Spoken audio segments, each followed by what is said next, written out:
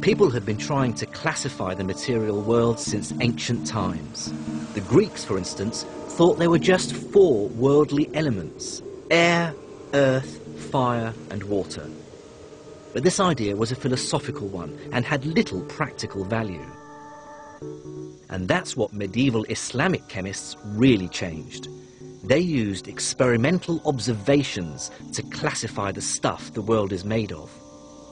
At the forefront of this was a medieval Islamic doctor and chemist called Ibn Zakaria al-Razi, who was born here in the city of Ray, just outside the Iranian capital Tehran, in 865 AD. Al-Razi's classification was very different from the Greek one. He argued, for instance, that minerals, roughly stuff we dig out of the ground, should be classified into 6 groups, depending on their observed chemical properties. The same guiding principle that lies behind the modern periodic table. Now, what I've done is I've brought materials from his classification scheme. And we have here what he called the spirits.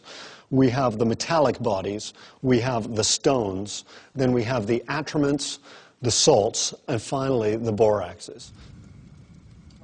Each of al-Razi's groups had a profoundly different experimental behavior. For instance, spirits were flammable.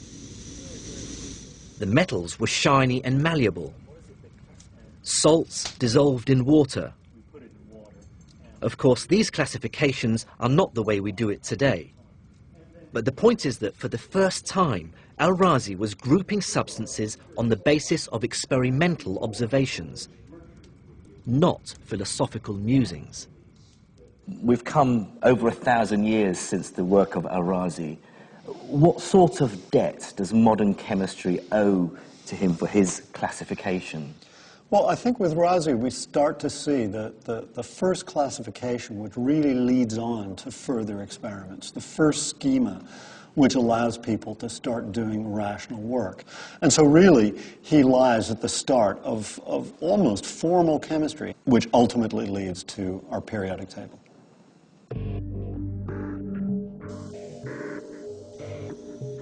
I believe that what we see in the work of the Islamic chemists and alchemists is the first tentative steps to a new science. Yes, by our standards, it contained a lot of magic and mumbo-jumbo, but it placed an emphasis on experimentation that was truly revolutionary. But bigger and better was to come, because Islamic mathematics and the experimental techniques of Jabir ibn Hayyan and al-Razi were about to be welded together in a completely innovative way that would revolutionize their work and create the modern scientific age. Until the 9th or 10th centuries, ideas about science and how the natural world worked were dominated by the Greek philosopher Aristotle, and they were very different from ours today. He believed that mathematics was concerned only with an abstract world of perfect forms, of idealized shapes like circles, squares and triangles.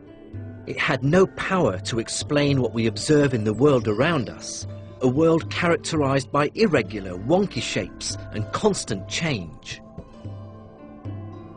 Physics is a Greek word meaning the science of change. And for the classical Greek tradition, there was a strong sense in which the science of change was in contradiction with mathematics. Mathematics dealt with perfect knowledge, with the unchanging world of mathematical forms. And it seemed in principle extremely unlikely that processes of coming into being and passing away, of growth and of decay, of qualitative change, could be captured with the beauties of geometry and mathematics. The story of how humanity shook off this idea and began to see that mathematics is actually an incredibly powerful way of describing the world around us is long and complicated. But for me, Islamic scientists played a crucial role. And I believe one man really led this movement to turn mathematics from a language of abstract thought into a truly practical science. He was, like me, from Iraq, and his name was Ibn al-Haytham. What al-Haytham and his contemporaries argued for was the possibility, in a way, of a single science, which would be both mathematical and philosophical, which would link together a physics, a science of change, with a mathematics, a science of quantity. And that seems to me to be radical and crucial for the construction of new forms of reliable knowledge. Ibn al-Haytham was born in 965 AD in the southern Iraqi town of Basra, and other scholars regarded him as a prodigy.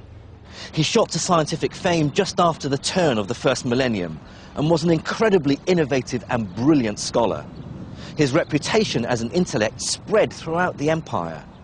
But it was this reputation that would almost cause him to lose everything when he took up the poisoned chalice of trying to tame one of the world's greatest rivers.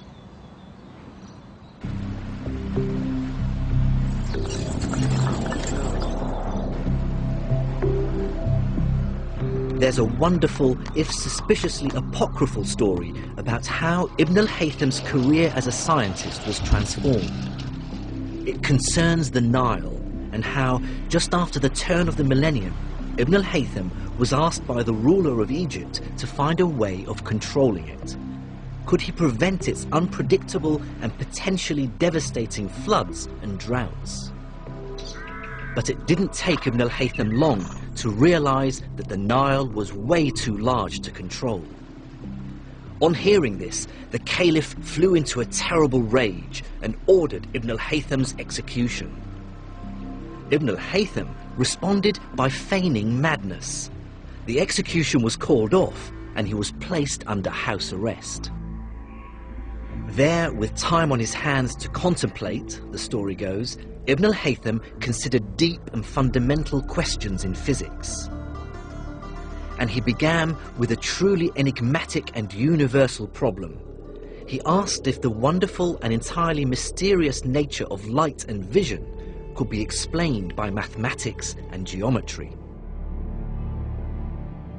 Under house arrest, or perhaps here in the rooms of Al-Azhar University in Cairo, Ibn al-Haytham carried out a series of experiments that created the modern science of optics.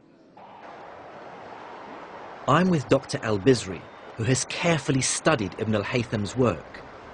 He explained that Ibn al-Haytham first considered the Aristotelian explanation for how we see, an explanation that was completely unmathematical.